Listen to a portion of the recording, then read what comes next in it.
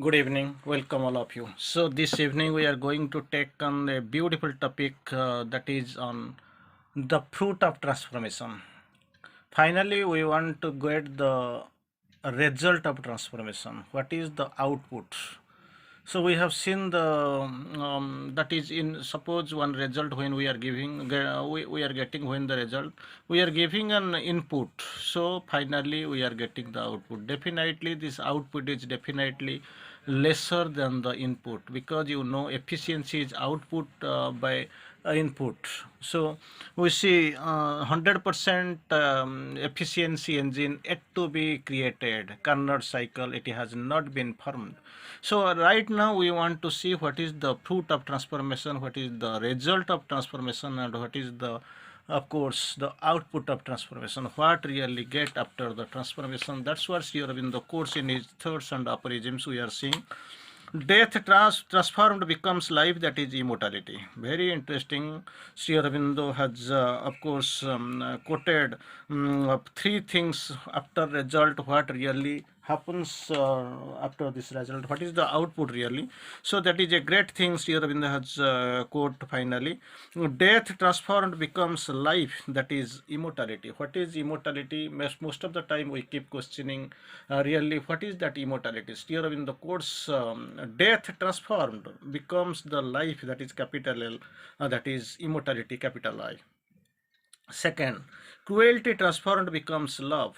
Death transformed, what it becomes? It is becomes life, that is immortality. Cruelty transfigured, that becomes love, that is intolerable ecstasy. So when cruelty is transfigured, becomes love, that is intolerable ecstasy. Finally, third, ignorance transmuted becomes light, that lives beyond wisdom and knowledge. So three types of transformation Sri Aurobindo course in his aphorisms we have seen, that is number 92.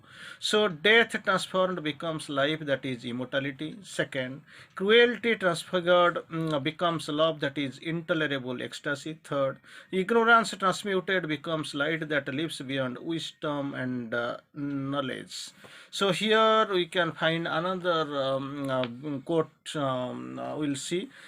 Pain is the touch of our mother. Sometimes we feel that definitely pain, what really this pain is. Here in the course of close he has explained, pain is the signature of ignorance, attesting the secret gods denied by life. Life is denying because it has no need of pain. But the thing is that it has been signature of ignorance, attesting the secret. Pain is the signature of ignorance, attesting the secret gods denied by life. Here in the course, pain is the touch of our mother. This pain, it has got through pain, life starts from the cloud. Actually, pain breaks the dead resistance of our inertia. It has been broken by pain. So where suffering is there too, there where ignorance is there, suffering too must come. That's what everything we have seen in Savitri, of course. So here in the course, pain is the touch of our mother.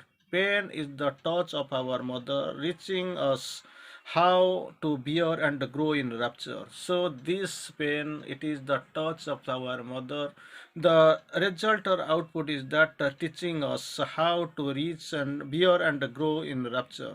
She has three stages of her schooling. Endurance fast.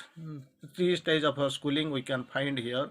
Endurance fast, then next is equality of soul, and the last is ecstasy. So beautiful quotation we find in our great discussions here in the course. Again I want to explain here. Pain is the touch of our mother. It has been consistently, we must remember that it has been the touch of our mother. What about her teaching us? It comes to teach us how to bear and grow in rapture. So she has three stages of her schooling. Mother teaches through these three stages of her schooling. Initially we have seen the endurance, number one. Next, equality. Third, equality of soul. Third, and the last is ecstasy. So we'll go little bit into the deep into this world and its phenomenon and its creation. Little bit we'll see through its aphorisms. Here in the course here beautifully, great saints have performed miracles. We have seen saints, we have seen Rajarsi, Brahmarsi, so many ways we have seen Devarsi, and these great saints have performed miracles. Greater saints have railed at them. Greater saints have railed at them. The greatest have both railed at them and performed them. That is the miracle, of course, and that is actually done by the greatest sages. Still in the again course, we can find it on number 87. Open thy eyes and see what the world really is. That's what we must know, because while describing the world, of course, we have seen thou hast to come down into a dangerous world. It is a fallen world. This is a dread world we have ever seen. So world is the dread teacher. Many ways we have seen dangerous, ruthless. Many words we have seen. Sri Aurobindo tries to explain in his aphorism. What is that? Open thy eyes and see what the world really is and what God. Open your eyes and see what the world really is and what God have done with vain and pleasure imaginations. Really, we must know, we must see what really the world is and what God, and have done with vain and pleasant imaginations. Vain and pleasant imaginations. That's what the world, great world has been, perplexed world has been created. That's what we have to see. Again, the world was built by death that he might live. Already we have seen Savitri, we have discussed. The world was built by death that he might live. So we already lot of death we have heard, and there itself we have seen so many lines that quoted by a lot of death. And of course, that it has been clearly defined by Sri Aurobindo in the mother's voice. Voice of Savitri. Wilt thou abolish death? Then, here in the course asked question, then life too will perish. If wilt thou abolish death, because it has been built by death that he might live. If that is abolished, wilt thou abolish death?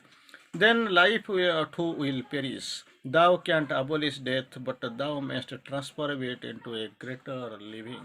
That can't be abolished, but that can't be transformed into a greater living.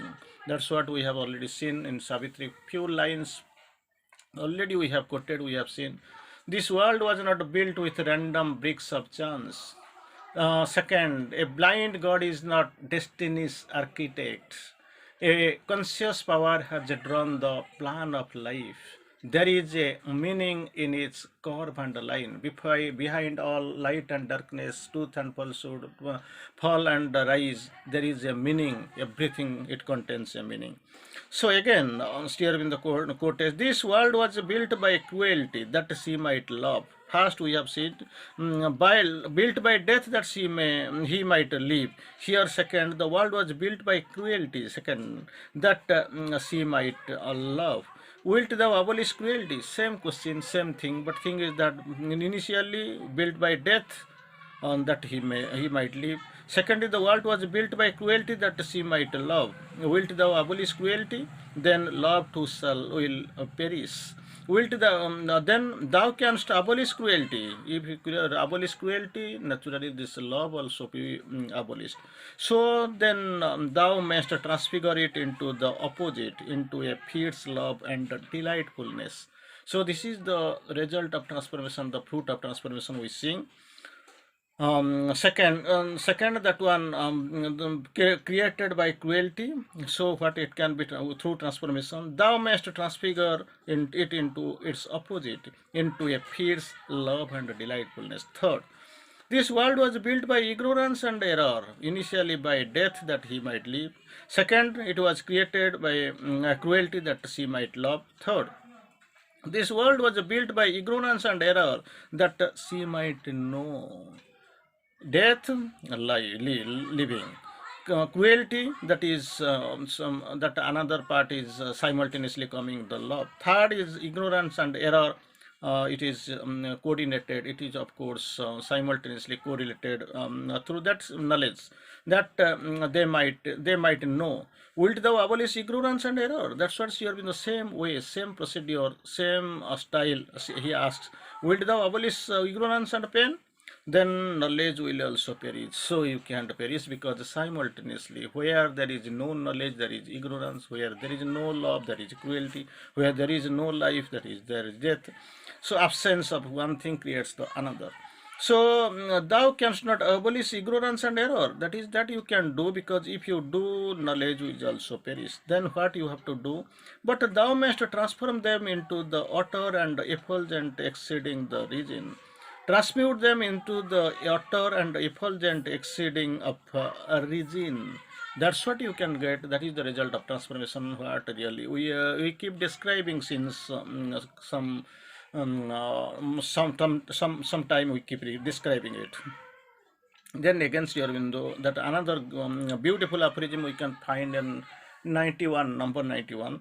If life alone we are and not death, your window categorically very puts a ball in the another court in another way.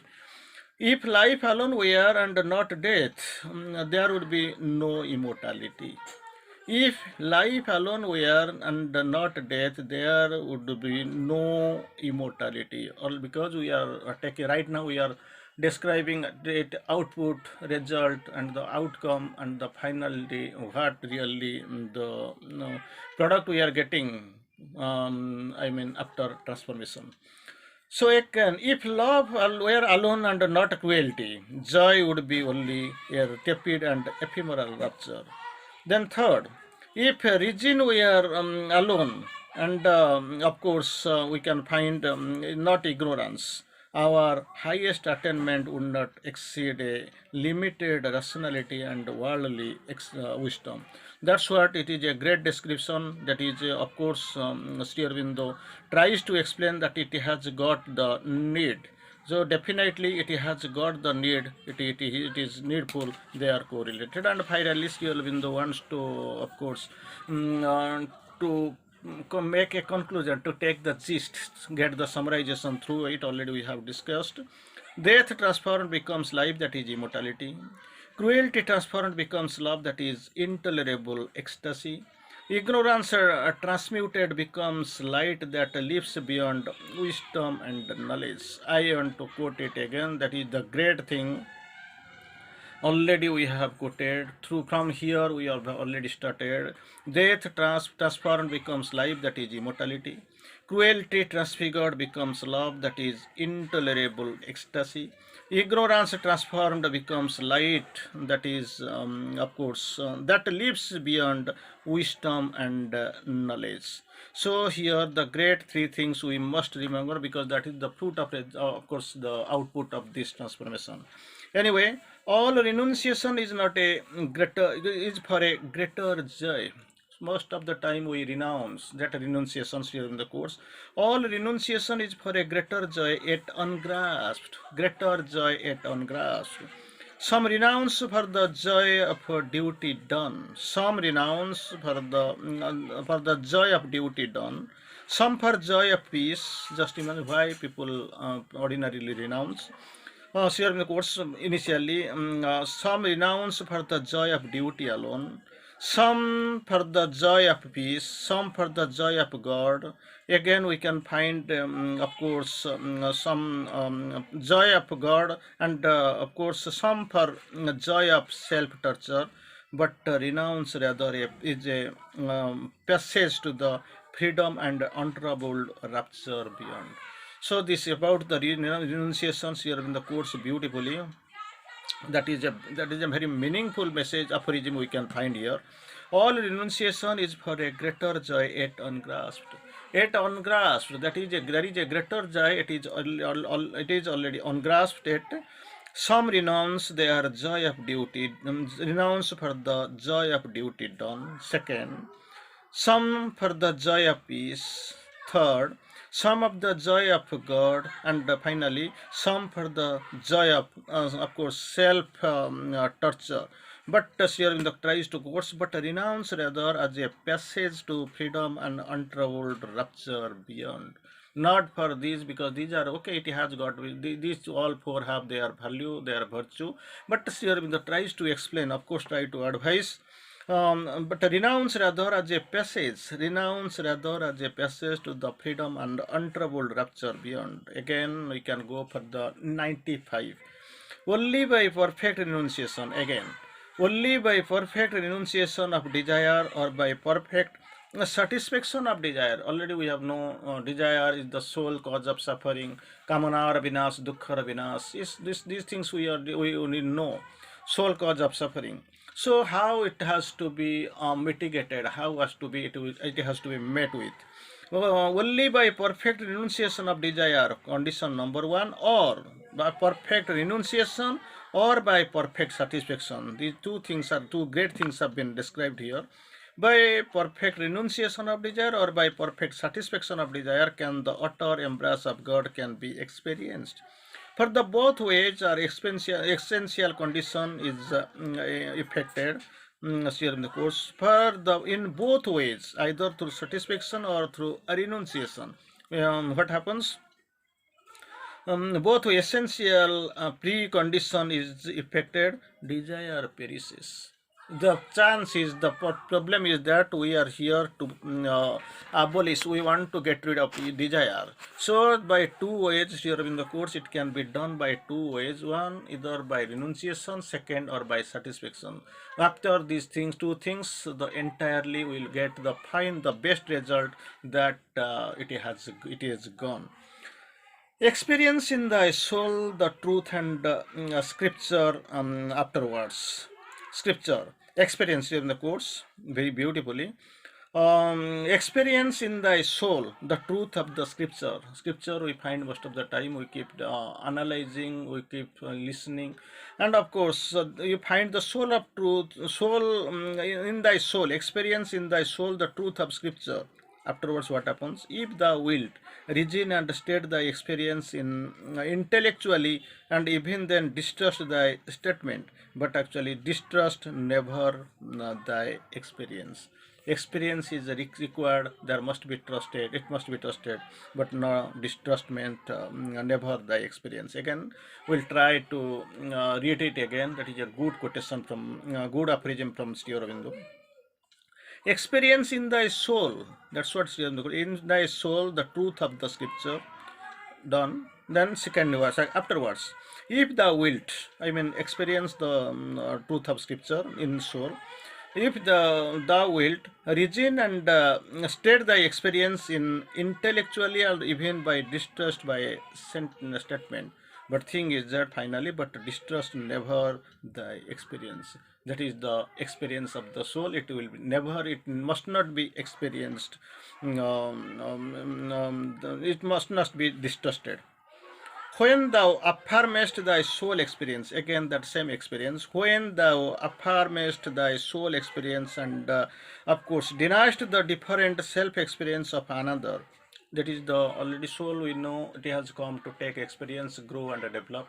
So here, when thou affirmest thy soul experience and deniest the different soul experience of another, then know that God is making a fool of thee.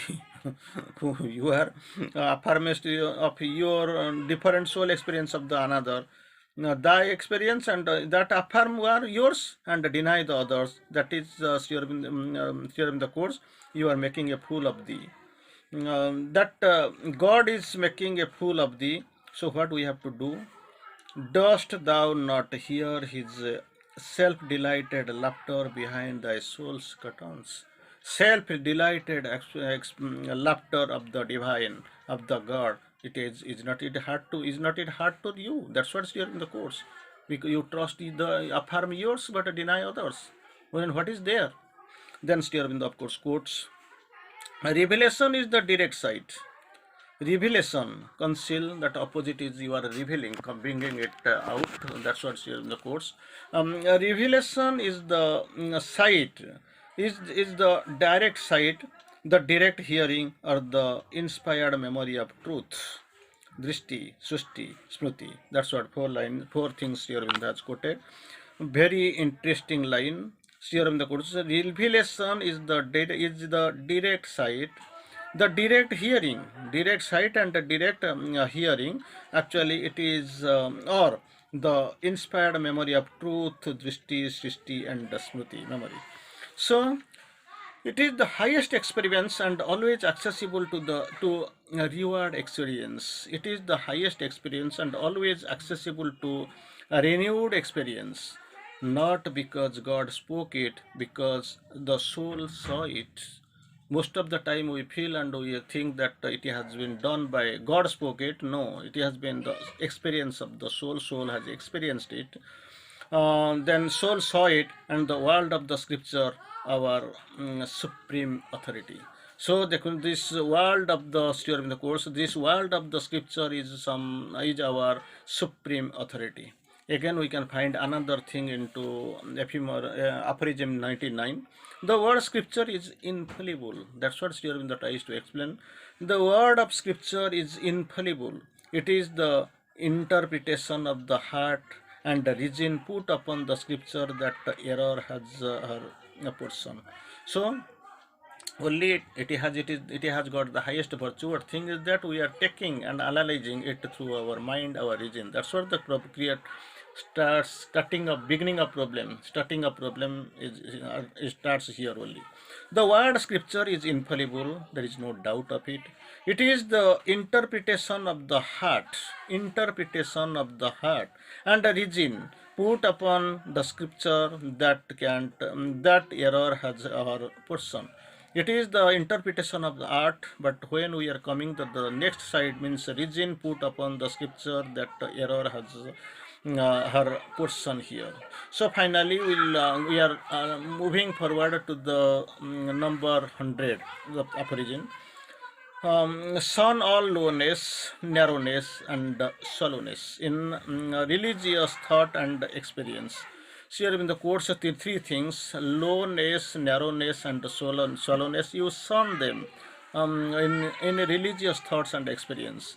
Be wider than the widest horizons again, and this loftier than the highest Kanchanajanga. And second, be profounder than the deepest oceans. That is a great thing Sri Aurobindo has tried to explain. So you be profounder, greater, and of course loftier, then profounder, so wider. So that's what Sri Aurobindo has tried and explained in this thoughts of aphorism in a beautiful way. See this here in the course. Shun all the three things you must shun. Number one is lowness, number two is narrowness, number three is of course shallowness. In religious thought and experience, while you are going, because religion contains all these three: narrowness, lowness, and shallowness. These just here in the course it explains, you just shun them. Then what you have to do, what really we have to be wider than the widest horizons. Wider than the widest horizons. Widest means your superlative degree. Here in the course here, be wider than the widest horizons. Second, be loftier. Second, loftier than the highest Kanchanajanga. Then third, here in the quoted, of course, be profounder than the deepest oceans. That is the big quotation from we have seen while describing here in Sri Aurobindo's great thing. We started really from the output of this transformation. Here also we are getting the one of the best sentence, that's the best aphorism we have ever seen. Shun all lowness, narrowness, and shallowness in religious thought and experience. That's what we know. Religion sat on a blood-stained throne. Religion, the national religion dried the heart.